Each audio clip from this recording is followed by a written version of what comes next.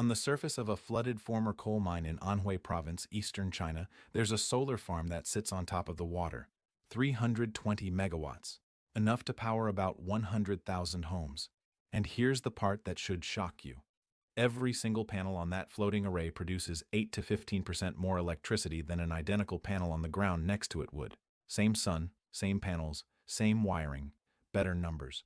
By the end of this video, you'll know exactly why floating solar is suddenly the fastest growing solar category in the world, which countries are dominating it, and why the United States has barely started. Real quick, if you're the kind of person who wants the actual engineering behind energy headlines, not the marketing version, hit subscribe. New deep dive every week. And if this video earns it, a like helps more than you'd think. Now let's get into it. Here's why this matters. The United States has roughly 76 million acres of artificial water bodies.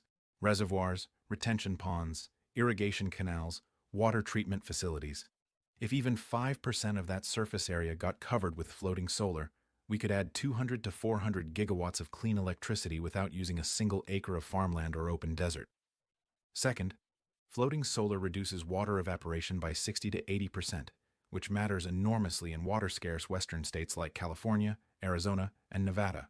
Third, the technology is mostly mature and globally proven, but the US has fewer than 100 megawatts installed while China is past 5 gigawatts and growing fast.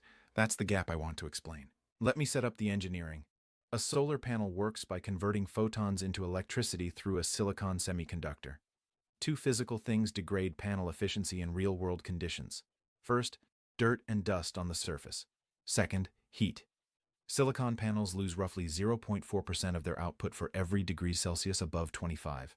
On a hot summer day with ambient temperatures of 35 degrees and panel surface temperatures hitting 65, you're losing 16% of theoretical output to heat alone. That's why solar panels in Phoenix and Las Vegas actually produce less in July than in March, despite getting more sun hours in July. Floating solar attacks both problems simultaneously. The water surface stays much cooler than the ground, which keeps the panels cooler through conductive contact and ambient air cooling.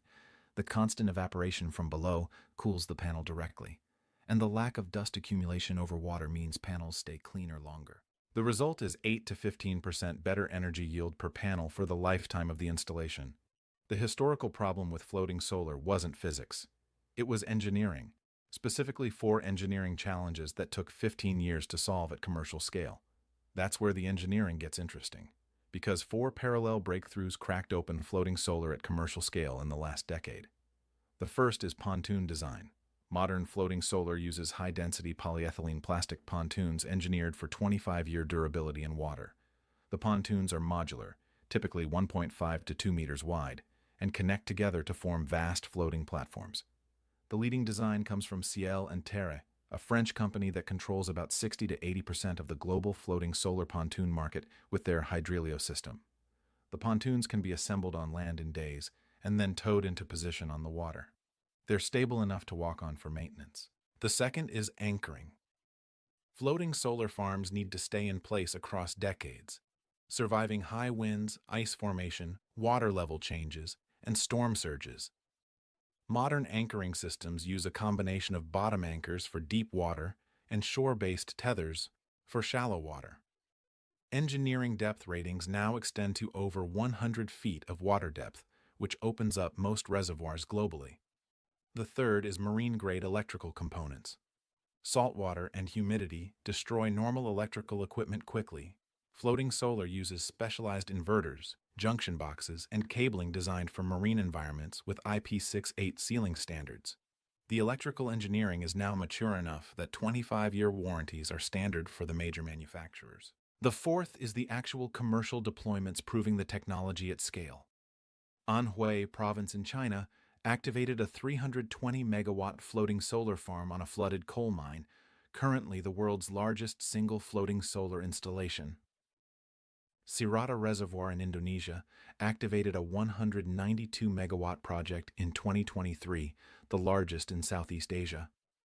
Sirindhorn Dam in Thailand integrated 45 megawatts of floating solar directly with an existing hydroelectric dam, sharing transmission infrastructure to cut costs.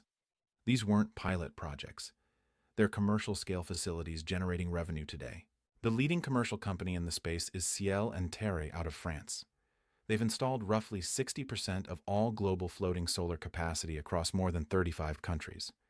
Sungrow Floating in China is the second largest manufacturer and dominates the Chinese market. Solaris Float from Portugal is innovating with a rotating platform design that tracks the sun across the day, claiming 30% better output than fixed installations.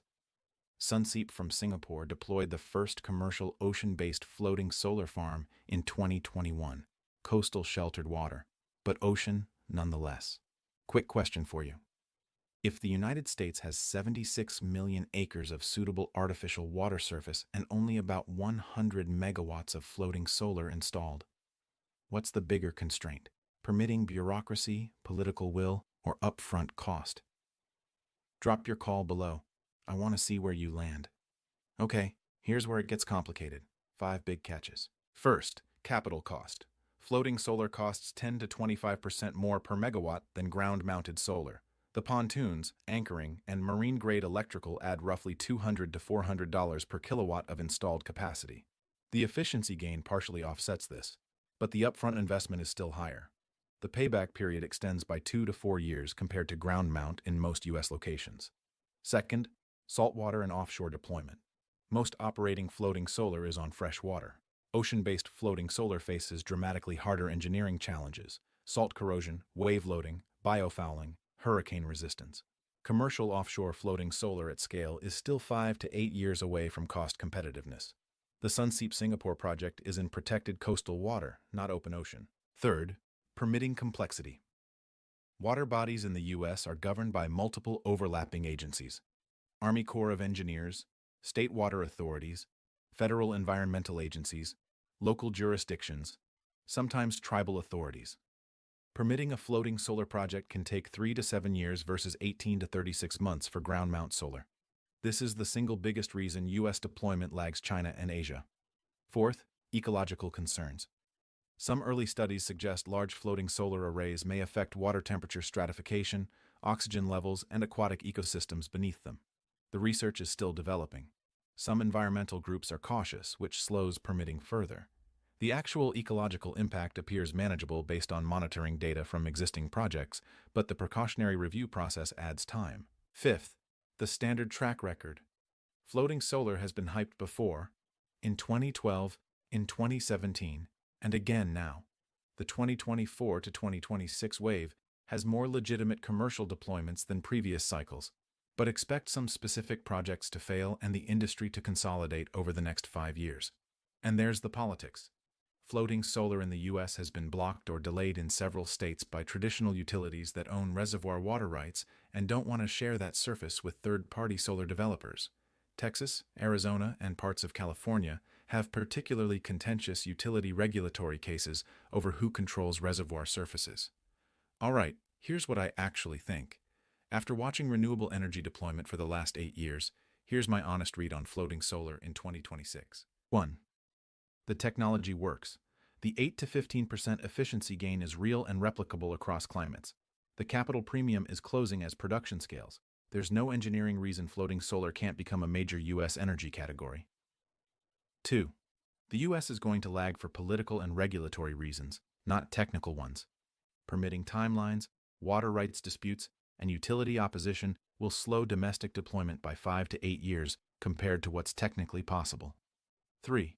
The first major U.S. floating solar boom will likely happen in California, Arizona, and Nevada, places where water scarcity makes the evaporation reduction worth more than the electricity itself.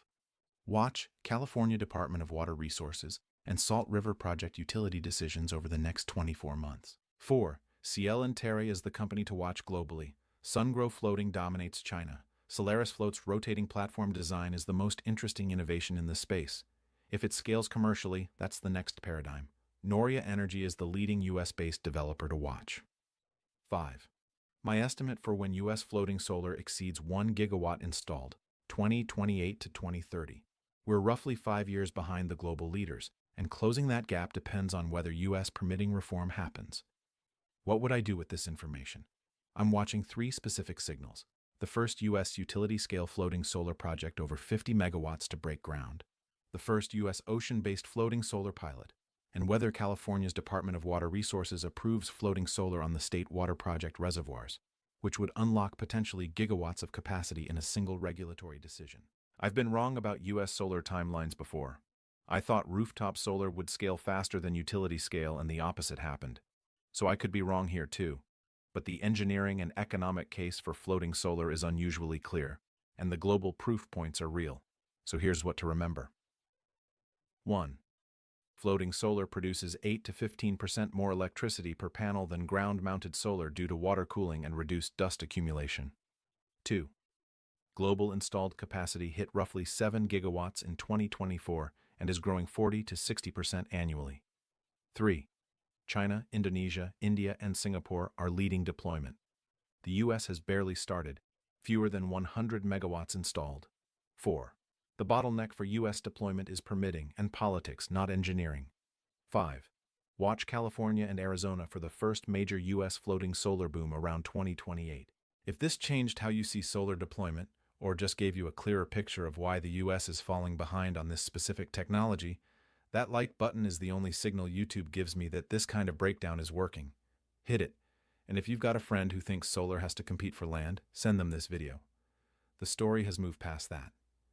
Next week, I want to look at the strangest wind turbine ever built, a vertical axis design that ditches the 3-blade horizontal configuration entirely and is beating it on output in specific high wind environments.